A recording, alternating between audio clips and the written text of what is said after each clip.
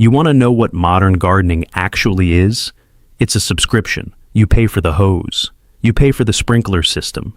You pay for the irrigation timer, the drip lines, the water bill that doubles every July, the soaker hoses that crack after 2 seasons, and then you do it all again next year. And every single year, the garden still dries out the moment you turn your back on it for 3 days. That's not gardening. That's managed dependency. And the people selling you those systems know exactly what they're doing. But here's what caught my attention, and I mean genuinely stopped me cold, when I started researching how Amish families have managed their kitchen gardens for the past 200 years. These are communities in Lancaster County, Holmes County, and the Indiana settlements that grow food on the same land their great-great-grandparents broke with hand tools. No electricity to their plots in most cases. No municipal water connections to the garden rows. And yet their gardens are producing abundantly through dry August weeks, when conventional gardens around them are burning up and dying. The plants are deep green. The soil beneath your boots has that soft give to it, that sponginess that tells you something alive is happening underneath. And there is not a drip line in sight. I want to be honest with you up front. When I first heard the phrase self-watering garden applied to something the Amish built with their hands, I thought someone was exaggerating. I've been following traditional and regenerative growing methods for years, and I'd seen the term self-watering used to describe plastic container inserts you buy at a garden center. I figured this was going to be some slight variation on what I already knew. It was not. What I found is a multi-layered system that works with the physics of water movement in soil in a way that almost no conventional gardening guide ever talks about. And the reason it works for 20 years is the same reason it was forgotten. Once you build it, you don't need to buy anything else. Ever. Today I'm going to walk you through the complete system. Everything from how the Amish read their land before they dig a single trench, to the specific buried infrastructure they lay down that keeps moisture moving through the root zone for decades. I'll tell you about the soil layering method that acts like a sponge that never fully empties, the plant choices they use as living mulch that seal moisture in, and the one forgotten companion planting technique that actually reduces water demand from the soil itself. And I'll share something I've never seen written down in any gardening book I've read, a specific Amish approach to garden orientation that uses the natural movement of morning air to reduce surface evaporation by a significant margin before the sun ever hits the soil. Stick around to the end for that one, because it sounds almost too simple when you first hear it. And that's exactly why it works. Before we get into what the Amish built, we need to talk about what we were sold instead. Because the reason this knowledge disappeared isn't an accident. It followed money. In the early 20th century, American agriculture was going through a transformation that had nothing to do with feeding people better and everything to do with creating recurring revenue. The companies that emerged from the post-war chemical boom needed farmers and home gardeners to stay dependent on annual purchases: fertilizer, pesticide, seed, equipment. The ideal customer was one who came back every single season because the system they were using required them to. A garden that waters itself from properly structured soil, that holds moisture through drought without any external input, that builds its own fertility year over year, that is not a customer. That is a problem for a product-based industry. And so, the knowledge that made that kind of garden possible got squeezed out, slowly, quietly, over several decades. It didn't disappear in a dramatic suppression. It just stopped being taught. Agricultural extension programs shifted their focus toward inputs. Gardening books shifted toward products. And the old methods, the ones passed down through Mennonite and Amish communities that never bought into the input model, those methods stayed alive only inside those communities. I want you to understand something clearly. The Amish didn't preserve this knowledge because they were backward. They preserved it because they had a principle that protected them from the same trap the rest of us walked into. That principle is called Gelassenheit. It's a German word with no perfect English translation, but the closest meaning is yielding, surrendering to the natural order rather than trying to override it. In garden terms, it means this: don't fight what the land wants to do. Work with the physics of water, soil, and plant biology, and the garden will sustain itself. Fight those systems, and you will be buying something forever. That is exactly what happened to American home gardening. We started fighting the land instead of reading it. And the people who taught us to fight it were the same ones selling us the weapons. Now let's talk about what the Amish actually built, and why it still works 2 decades after it was first laid down. The first thing that separates an Amish kitchen garden from a conventional one isn't visible on the surface. It's what's buried under it. And to understand why it matters, I need to explain something about how water actually moves through soil. Because most gardeners have this completely wrong, and the error is costing them every single summer. When you water a garden from the top, whether by hose or rain, gravity pulls that water downward. It moves through the soil profile and eventually drops below the root zone and is lost. The roots of most garden vegetables, tomatoes, beans, squash, peppers, they're working in the top 12 to 18 inches of soil. Below that, water is still present, but the roots can't reach it. So watering from above is actually an inherently inefficient system. You're trying to keep a moving target, the water table of your root zone, topped off from above while gravity constantly drains it downward. The Amish solution, which they inherited from even older European peasant farming traditions, goes in the opposite direction. Instead of trying to top off the root zone from above, they built a structure underground that slows drainage, creates a moisture reservoir just below the root zone, and uses capillary action to pull that stored water upward into the root zone as the plants need it. This is not science fiction. This is basic soil physics. Capillary action is the same force that pulls water up into a paper towel when you dip the corner of it. It works in soil the same way. Fine particles wick moisture upward toward areas of lower moisture. If you create a layer of specific material at the right depth, water will sit above it.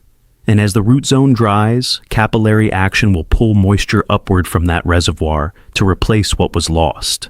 In traditional Amish garden construction, this buried reservoir layer is made from a combination of materials that are completely free: coarse wood chips, straw, and sometimes broken clay shards or flat stones laid horizontally. The depth is typically 14 to 18 inches below the soil surface, putting it just under the main root zone of annual vegetables. This buried layer is called by different names in different communities. Some Amish families call it the wet bed. Others just call it the underlayer. In permaculture circles, a version of this concept has been formalized as a hugelkultur variation. But the Amish version is more precise in its depth targeting and more specific about what materials go, where. Here is exactly how it was described to me by a contact in the Lancaster County settlement. And I want to be specific because the details matter. You dig down 18 inches across the entire bed. The first thing that goes in at the bottom is a layer of the most rot-resistant wood you can find. Oak branches, hedge apple, black locust, anything dense and slow to decompose. This wood is not there to decompose quickly. It's there as a long-term sponge. As it very slowly breaks down over years, it holds moisture in its structure and releases it gradually. On top of that, wood layer goes 4 to 6 inches of mixed straw and green material, kitchen compost that hasn't fully broken down, grass clippings, anything high in nitrogen and moisture retaining. This layer does decompose relatively quickly, and as it does, it creates a rich, moisture-laden layer that feeds the capillary action upward. Then on top of that comes your actual soil, your growing medium, built up to a generous depth with well-aged compost worked through it. The total investment of labor is significant the first time. That's honest. You're moving a lot of soil. But the Amish have a saying that I've heard in several variations, and the core of it is always the same: dig once, grow forever. The families who laid these beds in the 1990s are still growing in them today. They've added surface compost every year. They've never redug the bed. The underlayer is still performing. I've spoken with gardeners who took over established Amish garden beds and confirmed the same thing. Even after years of no special treatment, those beds hold moisture in a way that nearby conventional beds simply do not. There's a second component to this system that most people who have heard of the buried layer concept miss entirely. And it's the component that makes the whole thing work without any irrigation input, even through a dry stretch. The beds are shaped, not flat. This sounds like a small detail. It is not. The shape of the bed surface is critical to how water behaves during rain events and during the dry periods between them. Conventional raised beds or flat garden rows are shaped to drain. They're flat on top, and water moves off them or straight through them during rain. The moisture they capture from a rain event is largely gone within 24 to 48 hours in hot weather. The Amish kitchen garden bed is shaped with a slight inward crown depression, almost like a very shallow bowl that is designed to catch and hold rain in place long enough for it to percolate downward into the underlayer rather than running off. The depression is subtle. We're talking about maybe 2 inches of inward curve across a 4-foot wide bed. But that 2 inches changes where the water goes during a rain event completely. When rain hits a flat or crowned bed surface, it runs to the edges and out. When rain hits a bed shaped with that slight inward curve, it pools briefly at the center, slows, and soaks down into the soil directly. Over the course of a season, that difference in moisture capture adds up to the equivalent of several additional inches of rainfall that the bed is able to use. Combined with the underlayer reservoir, you get a system where every rain event, even a light one of a 1/4 inch or less, is being fully captured and stored.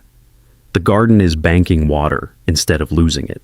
Now I want to talk about something that I think is actually the most counterintuitive part of this whole system, and it's the element that modern gardening has done the most damage with. It's the soil itself, or more specifically, what the Amish put into the soil and what they are extremely careful never to put into it. Modern gardening culture has been trained to think about soil as a growing medium, a substrate that holds plants upright and is supplemented with nutrients from outside. You add fertilizer because the soil needs inputs. You add amendments because the soil is deficient. The entire framing is about a soil that needs to be fed from outside. Amish soil philosophy is the opposite. The soil is not a growing medium. It is a living system. Your job is not to feed it from outside, but to protect and feed the biology within it. And that biology will do everything else.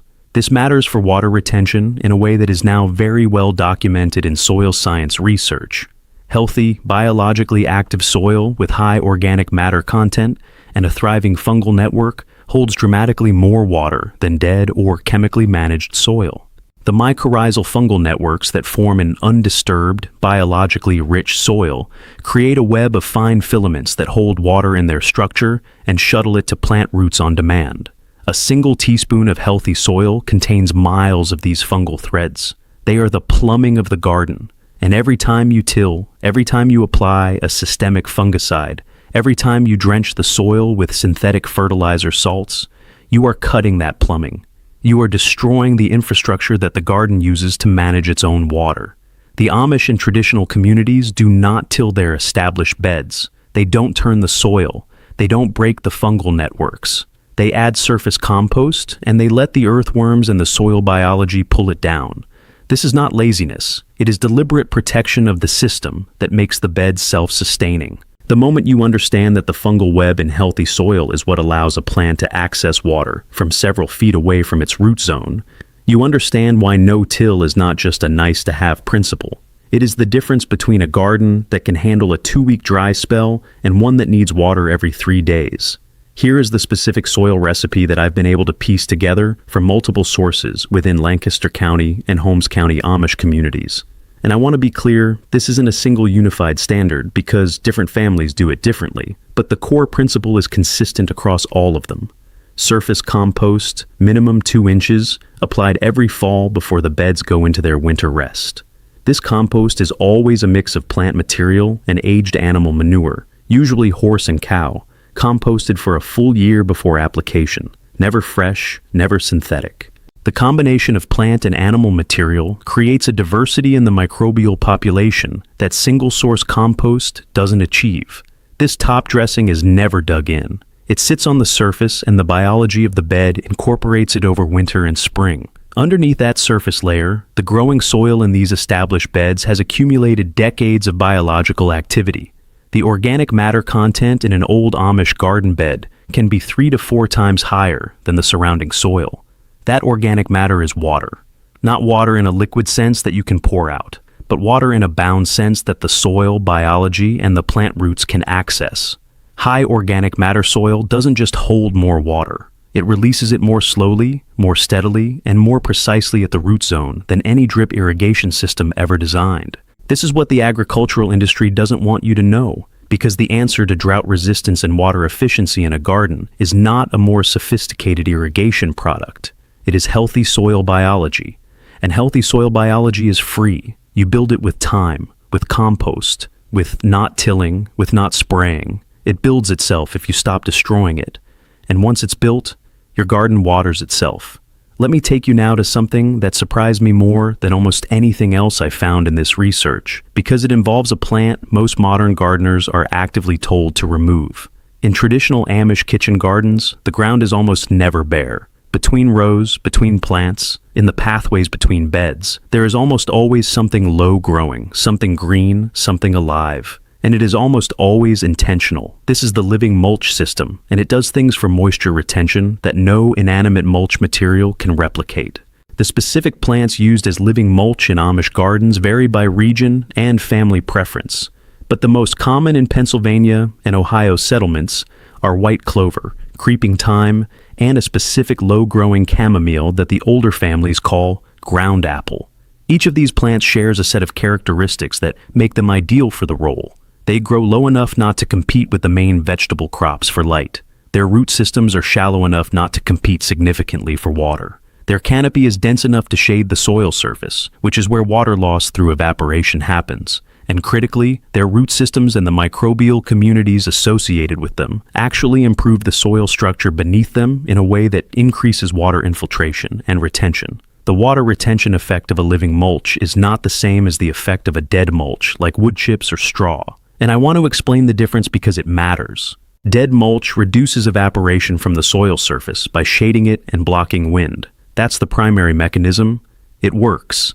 But living mulch does something additional. The roots of the mulch plants and the mycorrhizal networks they support extend into the soil and create channels and structures that improve the soil's ability to absorb water quickly during rain events and hold it against drainage. Living roots also release compounds that feed the soil bacteria and fungal populations, which in turn produce compounds that literally glue soil particles together into aggregates.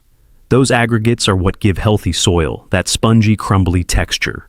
And that texture is what holds water. Living mulch is constantly building the soil structure that retains water. Dead mulch is just slowing the loss of it. The Amish figured this out through generations of observation. Modern soil science has confirmed it.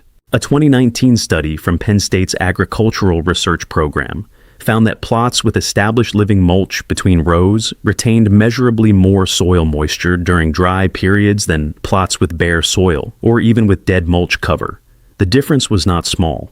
During a 10-day dry stretch with no rainfall, the living mulch plots retained 32% more volumetric water content in the top 6 inches of soil than bare soil plots, and 18% more than straw-mulched plots.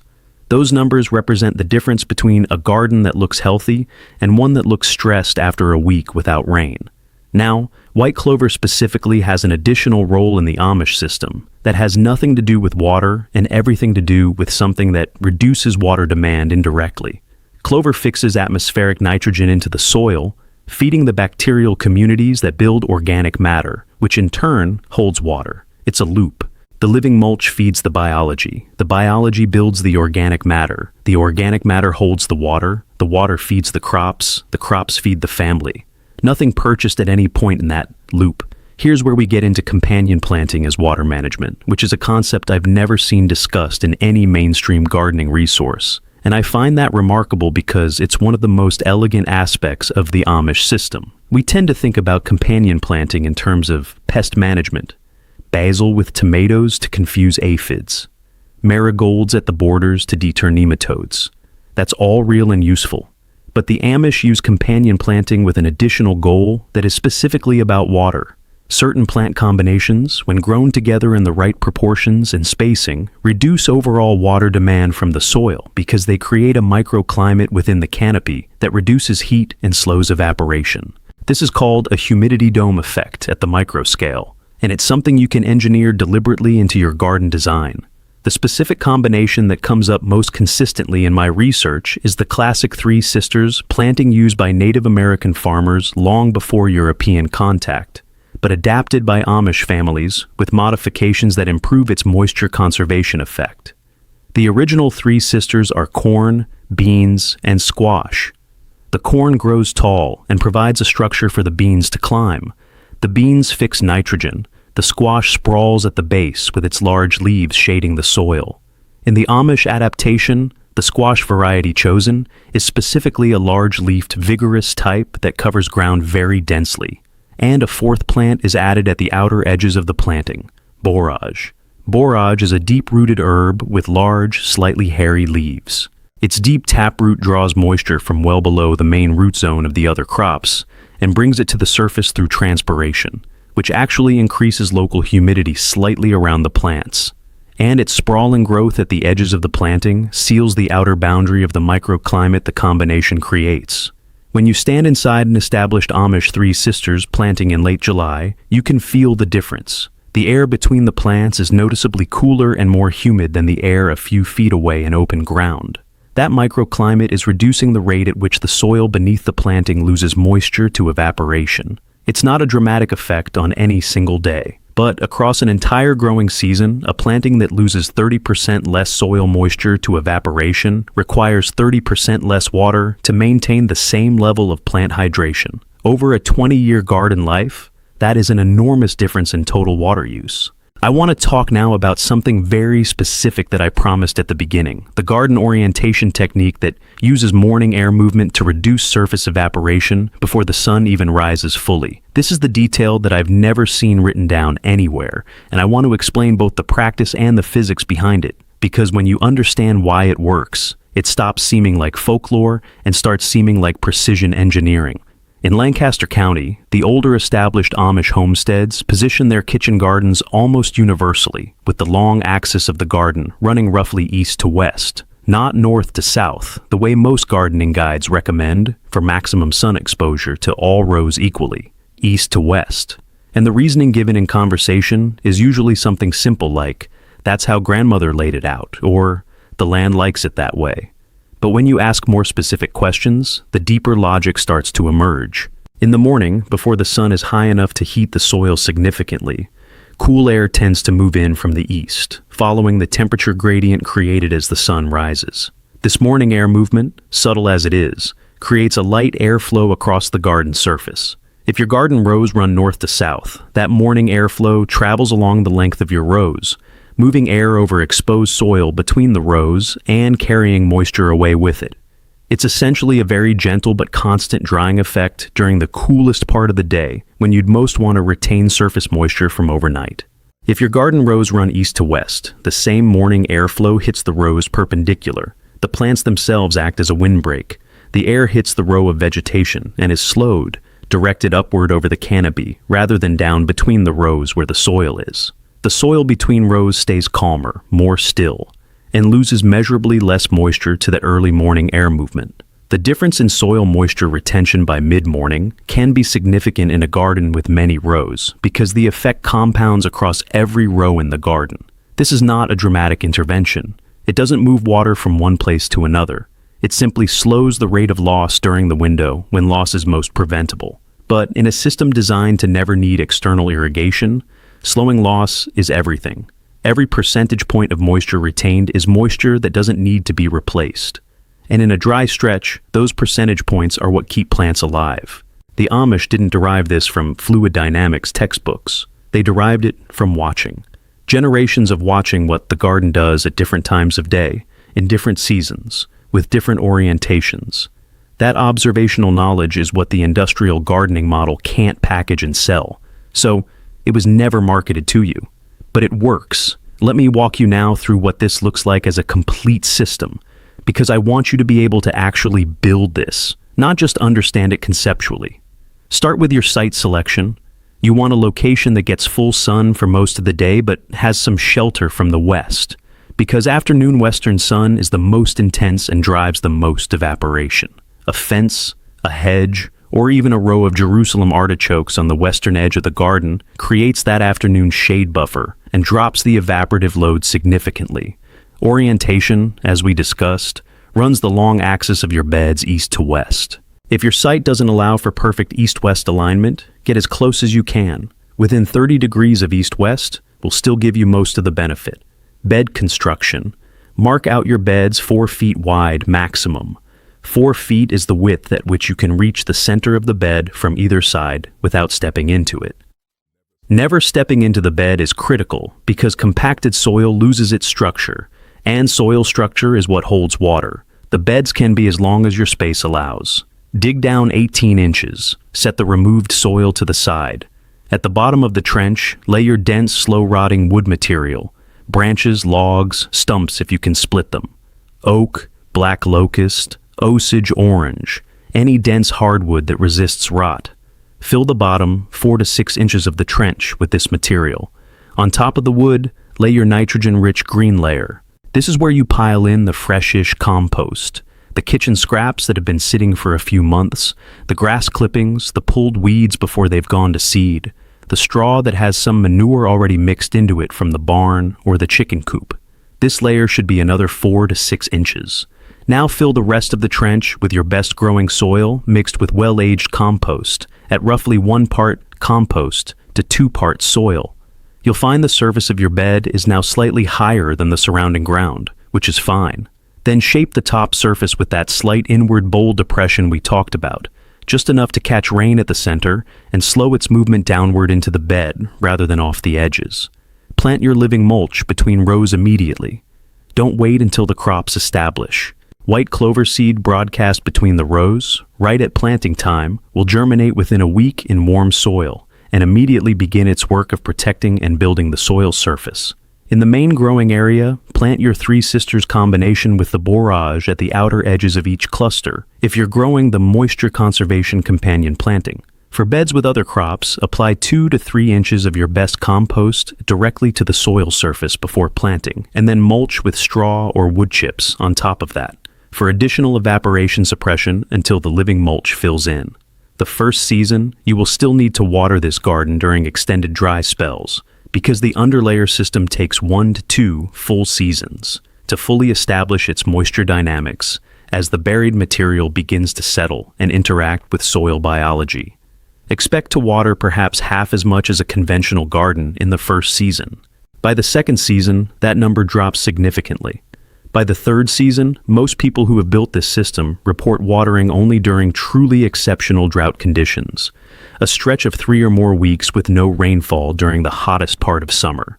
After 5 years, many Amish gardeners report watering almost never, except in the worst drought years. After 10 years, the system is often described as fully autonomous from a water perspective. The underlayer has accumulated enough moisture-holding biological material from decades of slow decomposition that it functions as a true subsurface reservoir.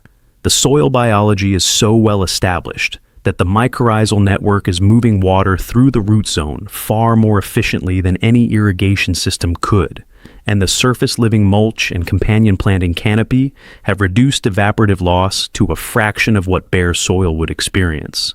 This is the 20-year garden, not a metaphor, not a marketing term. A garden infrastructure that was built once, maintained with annual surface compost, and is still producing abundantly 2 decades later because the people who built it understood that the goal wasn't to manage a garden. It was to create conditions under which the garden could manage itself.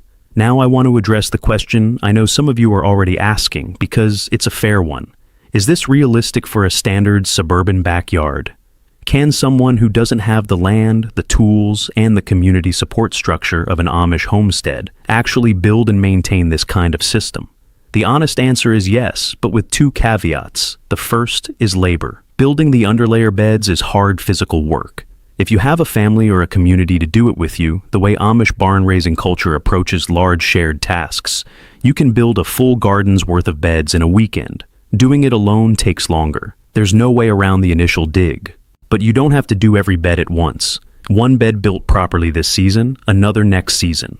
You're building infrastructure. Treat it like infrastructure, something you invest in once that serves you for decades. The second caveat is patience. This system rewards time. The first season won't look dramatically different from a conventional garden, though the soil will hold moisture better from the start. The second season will be noticeably different. The third will feel like something has fundamentally changed. If you're looking for a shortcut to instant results, this isn't that. But if you're building something that will still be working when your kids are in the garden with their own kids, this is exactly that. There's one more thing I want to say about why this knowledge matters right now, beyond the practical garden benefits, because I think the timing of when we're rediscovering it is significant. Water is becoming the central resource question of the next 50 years. In many parts of the country and the world, aquifer levels are dropping, municipal water costs are rising, and drought conditions are intensifying. The response of the conventional gardening industry to this problem is predictable. More sophisticated irrigation products, better timers, smarter sensors, water-efficient hoses, app-controlled drip systems. All of those things require you to buy something. All of them require infrastructure that can fail, that needs to be replaced, that costs money every season. The Amish response to the same problem is 2 centuries old, and it costs nothing after the initial build. It uses no electricity. It has no moving parts. It does not require a Wi-Fi connection or a subscription to a monitoring service. It works because it was built to work with the physical properties of soil, water, and plant biology, not against them. And it works for 20 years because the system improves with age instead of degrading. That is the thing we forgot. Not because we couldn't access the knowledge, because we were sold something instead. And the something we were sold is breaking down, becoming more expensive, and increasingly unavailable in the places where water stress is highest. The garden that waters itself is not a utopian fantasy. It's a set of physical infrastructure decisions and biological partnerships that have been tested across generations in real growing conditions by real families who depended on the harvest to eat. It works. It has always worked. We just stopped teaching it. If you're going to start somewhere, start with one bed. Pick the sunniest spot in your yard, orient it east to west, dig it down 18 inches, and build the underlayer. Plant white clover in the pathways around it the same day you plant your first crops. Add surface compost every fall. Don't till it. Watch what the soil does over the next 2 seasons. You will have your answer, not from me, not from a study, not from a video on the internet. From the garden itself. That's what I've found in the record of Amish growing tradition. A system that asks you to observe, to build once, to protect the biology, and then to trust the land to do what it was designed to do, which is grow food abundantly, without asking you to buy anything. If this changed how you think about what's possible in a garden, I want to hear about it. Drop it in the comments. Tell me what you're building, what your soil looks like, what your first season looked like when you stopped fighting the land and started working with it. And if you want more deep dives into the growing knowledge that was buried alongside the people who held it, that's what this channel is about. Gaia Lost Vault. Hit subscribe, and I'll see you in the next one.